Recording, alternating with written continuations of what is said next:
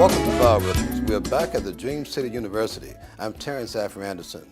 BioRhythms is brought to you by the New Journal and Guide and executive publisher Brenda H. Andrews. We have another extraordinary guest for you today, and I'm very pleased to introduce her to you, a singer-songwriter-producer. Her name, Majesty. How you doing today? I'm doing great, thank you. So, where are you from? I'm from New Jersey, Essex County, New Jersey. And you are a singer-songwriter. Have you always had that interest in music? I've loved music since I was a kid. My mom, my family, very musical family, and I just grew up around great music. What is your favorite kind of music? Ooh. Probably a bunch of different styles. I'm just gonna say Motown because the Jackson 5 Christmas album set me up for life. Oh, really? Yes. Okay. So I introduced you as a singer-songwriter-producer. Yes. And when I came into your offices here, I came into the studio, I saw some gold records and some platinum records. Yes, sir. Talk to us, what's up? Well, Where do these things come from?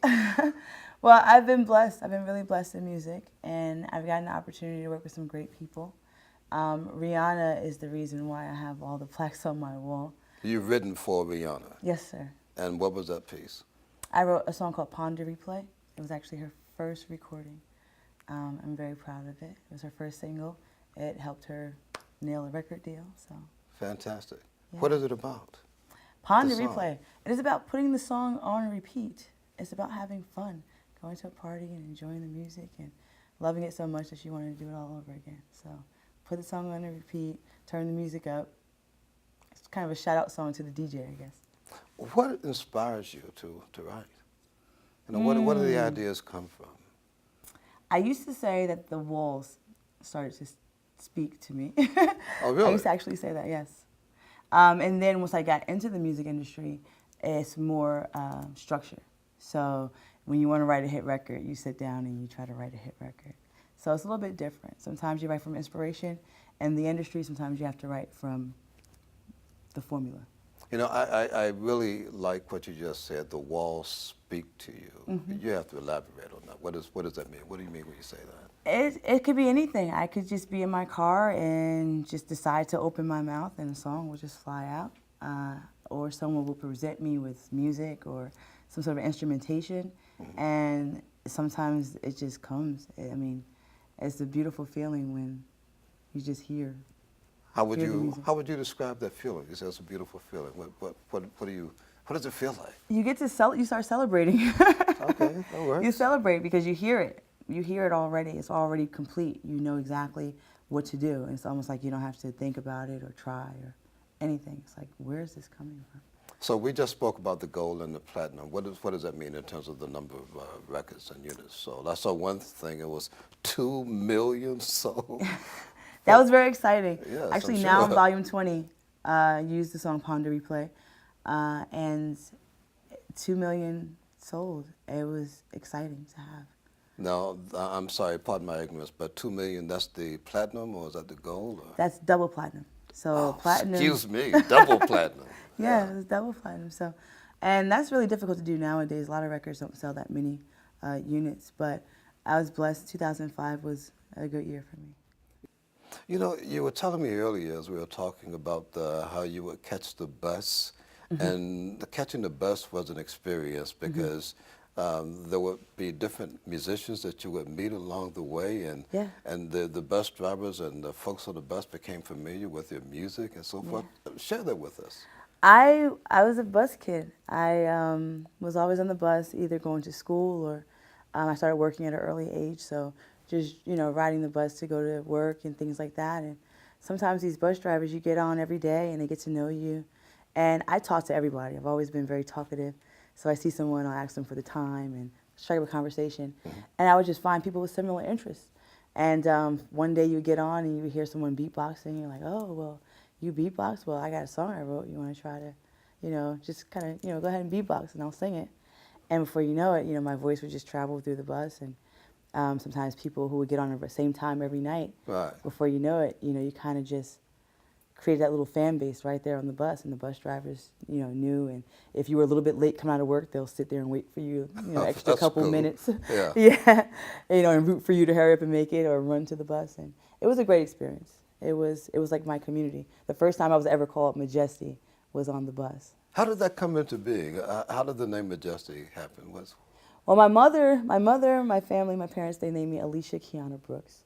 Okay. And when I was Those are all pretty names. yes, thank you. And when I was a kid, I always tried to figure out if I was, when I'm famous, always when I'm famous, what would my stage name be? You're famous now, Majesty. Yes, thank you. I'm getting there. Kiki B was a name I came up with when I was a kid. So as I grew up, I was like Kiki B because Kiana, so Kiki B. That was my thing. And then I said, when I got older, I wanted to really have a name that said, okay, I'm on my journey. And I don't know, one day I was just playing around with different names, and I thought of a name Majesty, and Majesty kind of shot into my head, and I was like, well, I'm really humble, so that's kind of a weird name. I can't really say Your Majesty. So I took out the A and put an apostrophe there, kind of hold the space, and pronounced it Majesty, and it just kind of felt good. Well, with the kind of things that you're doing in the music industry, the word royalty does in fact come to mind. So Majesty seems very appropriate. Well, thank you very much. So tell us about Dream City University. Dream City University, after my success with Pon De Replay, I came to Virginia, and I was just wanting something to do. I just wanted a new dream, something to chase, because my dream really was, since I was 7 years old, to have a song on the radio. And so I kind of got that in spades. So yeah, really. my whole life's journey was there. I was 23 years old, and I was done. That happened at age 23. Yes, sir. So there I was with my dream in my hand and accomplished. And it took me a few years to realize I needed to set a new goal for myself. And I started looking for inspiration. And I had this vision of this school where these kids came to create music and produce, and instead of going to regular high school, they could come and become superstars, and it just made me feel really good. So if I have a child that is of a certain age, do you accept kids at all ages, or? Yeah, 4 and up. Okay. Over 21, I'm more selective. Okay. So I have a child, let's say my child is 12, 13 years old, and I think my child has some talent, some potential, and I send them to you. What happens? Well, they come in, they get a tour, they get to meet me, we hang out a little bit, and I get to learn more about them, their dreams. First thing they do is they write their What's Your Dream essay to kind of map out what it is they really, really want. And then we would spend time getting on stage. If they're dealing with stage fright issues, we'll work with that. Most kids are dealing with confidence issues. They have a lot of talent, but you have to really work on their confidence. So we just love them and give them confidence. And we watch these artists.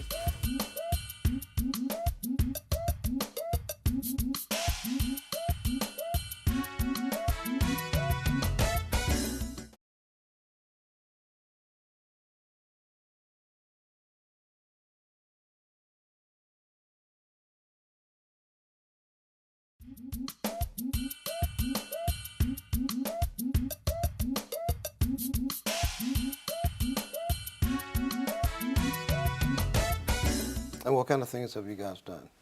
Oh, it's been great. We've got a chance to go on tour. We've opened for Mindless Behavior, Jacob Lattimore, Diggy Simmons, OMG Girls. We did Chrysler Hall. We opened for 2,500 people. It was an amazing opportunity to hear people chanting DCU, DCU. It was amazing, especially since I started 4 years ago, and some of my students who I had 4 years ago are still with me to this day, and they got a chance to have that experience. And so that was me watching their dreams come true and my dreams come true. It's more fun when you do it with a group of people. That must be pretty incredible to have a dream to help other people's dreams come true. Yes, it's exciting. How many students you think have come through Dream City University? Have come through? Yeah. We've probably had about 65 probably come through, and right now we're kind of holding steady around 30 students, 35. Yeah. Let's talk a little bit more about the songwriting. Well, you know what? In fact, I'm going to backpedal. Okay. You told me earlier that you started doing something again recently that you hadn't done in 10 years. You started performing. I did. Tell us about it. Why the long gap, and what does it feel to be back on the stage? What does it feel like? Well, last night I had my first show, so it's very fresh. Okay. It's an exciting thing. When I first got into the songwriting, I wasn't an artist at first, and so I met a few people through being an artist, and when I got into the opportunity to go into songwriting and get the Amtrak ticket to come down to Virginia, they wanted me as a songwriter, not as an artist. So immediately I just shed the artist part of me and focused on perfecting my craft as a songwriter, because that's the class he was pretty much offering, was I'll teach you everything I can teach you about that. So I kind of just let it go. And I didn't realize I had lost a piece of myself until recently. You know, I watched my kids grow and they develop so much and they're getting so good, and I'm so happy for them. And even my business partner, Sharice, I mean, she was just helping me with video and media. She's the president of my media department, and she became an artist with DCU. So watching her develop and produce and become an artist, I just like, oh, okay, well, maybe I'm the only person around who's not an artist. Maybe I should look at myself and say, okay, a lot of people love my music. Sometimes they beg me for it, so I kind of hand it out. And I've always been asked, you know, why don't you become an artist? From people in the industry. I mean, I've got people in high places who've been begging me for years to try it. And for some reason, I don't know, I just So are you launching into something new now with folks that have been petitioning you to become an artist? I like it. I actually like it. I did the show last night, and it was an incredible thing. So I'm actually going to pursue it. Today I wrote a new song, so it's all coming together. So when you performed last evening, did you cover songs or did you do your own pieces? I actually did one song. Okay. I did one song that I wrote. Okay. And it's a favorite of everyone around me. So I have to ask, what is that song? It's called Take Me to the Moon. Oh, okay. Yes. Did you have dreams of being an astronaut as well? No. Actually, I was just talking to a friend about going outer space. Apparently, you'll be able to go for like $100,000 or $200,000 soon. A lot of my friends say that I actually live in outer space, but but it's Take Me to the Moon. Tell me about it. Well, it was one of those songs where it just kind of came naturally to me, like I talked about before. But it's a song that I wrote for someone else. As a songwriter, you kind of get used to writing to sell to a major company. Mm-hmm. So you don't think of it as your song. You just write it, and then you send it out, and you see what happens. But this song was kind of, it always felt good to me. But I would play it for people, and they always say, that's my favorite, that's my favorite, that's my favorite. And it's about love. It's about taking me to a place where, you know, I haven't been in a while, you know? And let's enjoy it, let's experience it. And I have a lot of swag, so yeah, it's a very cool song. It's a very cool song. So you do your swag thing? I do my swag thing. Yeah. It's very cool, very cool. So what can we expect from you, Majesty, in the next 5 or 10 years? Are you gonna stay with this performing thing, this artist? The funny thing is, I really believe that me becoming an artist is the launch pad for everything I've done, and for everything I've ever wanted to do. That's kind of probably the missing piece, and I've fought it for so long that I wouldn't be surprised if once I started on that path of being an artist, that everything just blossoms from this point on. So my goals are very broad. I just want to be able to take my artist to the next level, take myself to the next level, help as many kids as I possibly can, change the world, I mean, like everyone else. So you started Dream City University. You've been doing this for, what, 3 years now? 4 years. For 4 years? Yeah. Okay. Actively with students for 4 years. I started the concept about 6 years ago. I see. And much of that time you were producing and teaching and doing some songwriting. But now you are venturing back into performance as an artist again. Yeah. How do you think, or will it have any impact at all on the way you conduct things here at Dream City University? Will your experience on stage kind of do something? Will it have any impact on what you're doing? Absolutely. How would that change? Well, when I went to start performing and preparing, when I agreed to do the show, the first thing I did was check my voice to see where I was, because I hadn't been singing for a while, and my voice was just horrible. And I said, oh my goodness, I got 2 weeks to figure this out. And I started to do the exercises that I use in class. And I said, well, let me test my own theories and let me do the things I tell my kids to do. And then once I started doing that, I realized that I could push it. I could push the envelope. Whatever I was teaching them, I could take it to the next level. And I started to do that, and then sharing that with them. And so watching them get better, myself get better. I mean, it's just an amazing thing just to be able to perform, see what it's like, feel what it's like, and share that with them as well as them share with me. I've got them, they teach me, they get me in shape. So it's a beautiful sharing experience. Frequently that happens where the student imparts some knowledge to the instructor. Yeah. Yes, all the time. Every day I have 5-year-olds telling me what to do. So it's good. What would you say was your greatest challenge in your career? Ooh. That's a tough question. That's a big question. I It's mean, not particularly tough. when you... It's very, very real. My biggest challenge was living up to the expectations of the industry for me and my career. And then getting over the fact that I couldn't or I didn't want to. I couldn't decide. I couldn't figure out if it was because I couldn't or because I just wanted to rage against the machine. You know, they wanted me to write. When I wrote Pon De Replay, they just wanted another Pon De Replay. They didn't care about me necessarily. They didn't care about my story or what I wanted, or they just wanted, the money. Yeah. So it's like, okay, well, if you can generate, millions and millions of dollars and launch a new artist the way you did with just this one song, what else can you do and how fast can you do it? Right. And if we put this money in your pocket, can you do it even quicker? And the money in my pocket was almost, it felt like, and it was kind of tough to say, but it just felt like a gun to the head. It just felt very uncomfortable for me.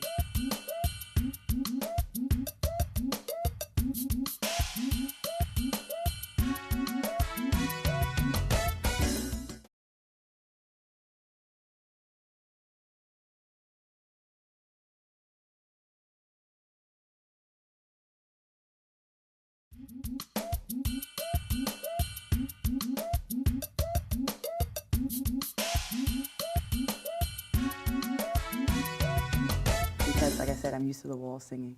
So when you put someone in who's used to working purely off of inspiration, and you put them in a situation where they have to deliver on a more technical way, it was shocking. I wasn't prepared. So that situation took away the spontaneity of it all.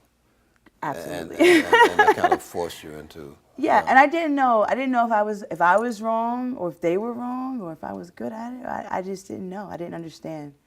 Quite honestly, I didn't grasp the concept of, I just didn't grasp it. Based on that experience, what would you say to an aspiring songwriter?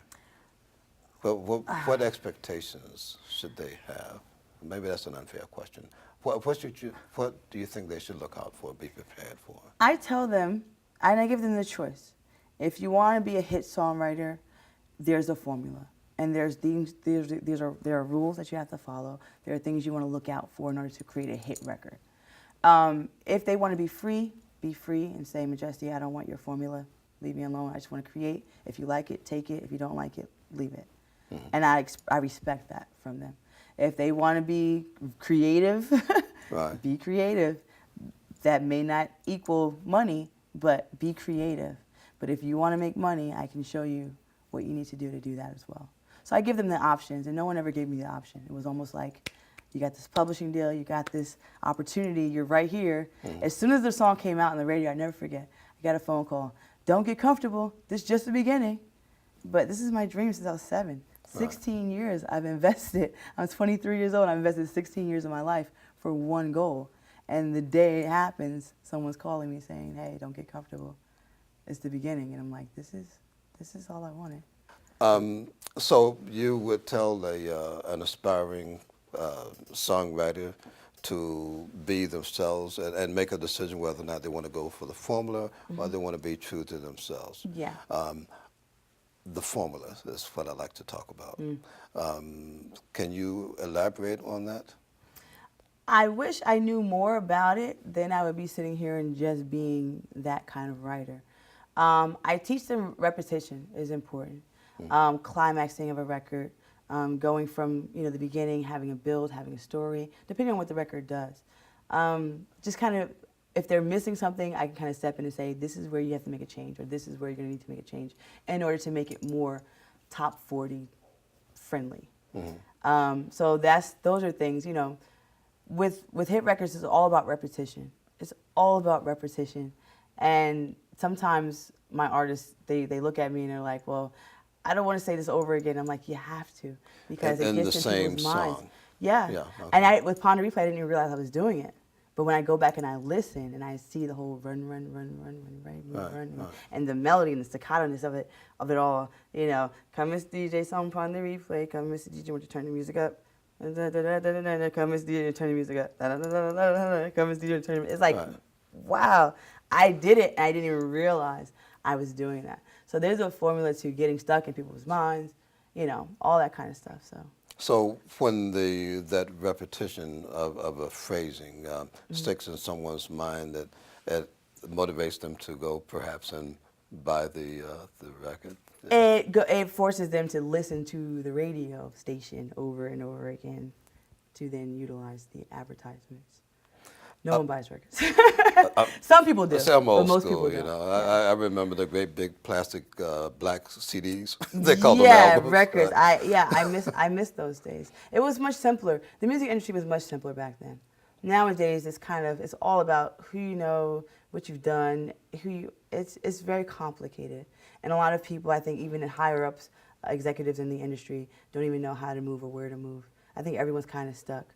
And that's why Dream City University to me is so important, because we're giving artists an opportunity to just be artists and not to overthink it, and opening up a new lane for artists and music and people who like music and want to buy music, especially for people who like clean music, because that's our focus, is clean music.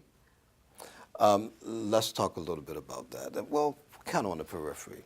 I think that songwriters they can either be a storyteller or a messenger.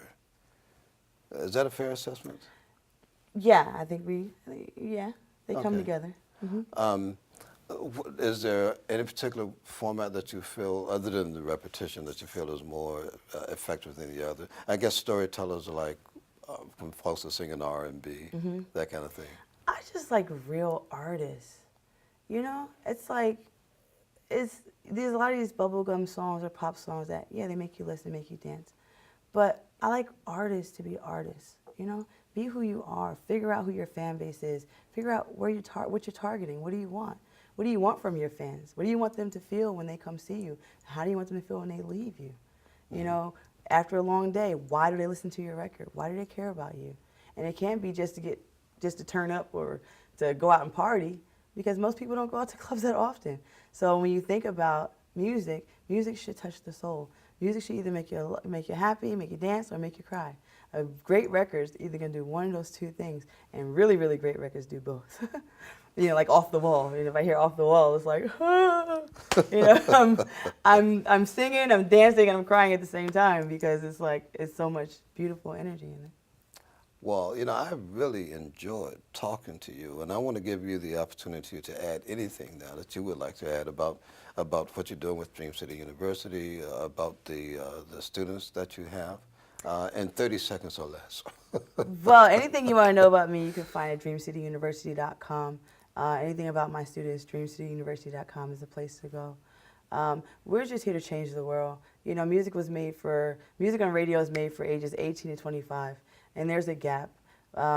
Disney's made for 5 to 12. There's a gap between 13 and 17, and Dream City University is here to fill that gap. Clean music, fun, family entertainment, where we inspire and we reward people who chase their dreams. And we want to thank you for joining us for this edition of BioRhythms. Remember, you can check us out online at www.terravisionentertainment.com, TERRAVISIONENT, something like that. Thank you.